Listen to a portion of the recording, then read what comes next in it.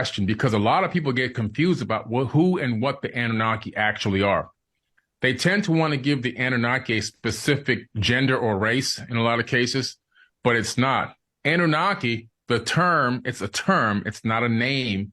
The term Anunnaki is actually a generalized term to describe beings that are not from Earth, right? So if you and I travel to another solar system, or maybe even to Mars, and we met Martians, and they say, hey, guys, where are you from? We're not going to say Miami, right? My name is Billy Carson, and I'm a male from Miami, Florida. They're going to be like, who? We're just going to say Earthlings. And so the term Anunnaki, the way it was defined by the Sumerians, it was that it's a generalized term, those who came from heaven to earth. And that term has made it into many other texts in various alterations. Even in the Bible, it says they call them the Anak, the A-N-A-K, and they're calling these people megalithic giants. They say that these people are so big that we were grasshoppers in their eyesight. That's in the Bible. In ancient Egypt, they call them the Nitiru. They say that the gods who came from heaven to earth, same exact terminology, and turned mud into a kingdom. Now, when you look deeper into where these people came from, you start to go through a lot of various different texts, and you begin to realize it's not just one group of people that came from one planet. It appears to be a group of people that came from multiple planets, even multiple solar systems, according to the ancient text, not according to Billy Carson.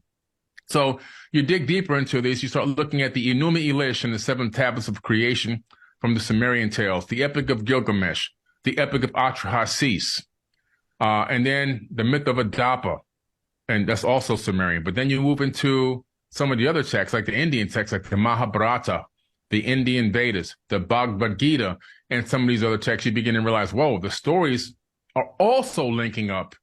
And the thing between all these different stories, Egyptian Book of the Dead and the North American indigenous tribes of the Americas, even their historical information and the Aboriginals' historical information all point to the same thing. Beings from somewhere else came to this planet and began to build a kingdom or a breakaway civilization on Earth. So that clears up the Anunnaki. They're not just one race of people from exactly only one location. These people came from multiple locations. And I'm going to be talking about this in my new TV series that's coming out very soon about the Anunnaki. Mm-hmm. Another thing is, well, where did they come from? Well, when you look into these ancient texts, tablets, scriptures, cylinder scrolls, and papyruses, you begin to realize they all seem to come from one central location in the sky, and that's the Pleiadian star system.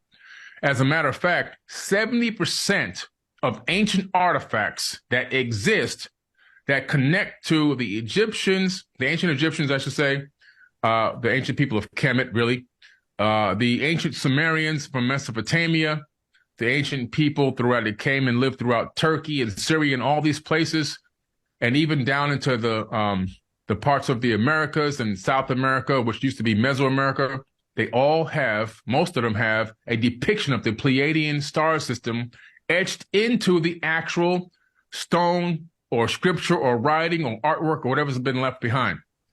And then you look at the Aboriginals, their verbal handed down history for thousands of years. I went for a walkabout in Australia about maybe 5 years ago, 4 years ago, documented, it's online. They say that they were seated on this planet by the Pleiadians. And then they showed me Pleiadian hieroglyphs, which I took a lot of documentation of out there in the wilderness on the walkabout. And these glyphs have never been deciphered by anybody on Earth as to date. And we know that because of the patina inside the glyphs, you can date the age of when they approximately were carved, comes out to be about 5,000 years. There is something to this story about these beings coming from another place to this planet. And all these cultures say that there was an ancient galactic war. There was a war in a part of the sky way above what they call the heavens.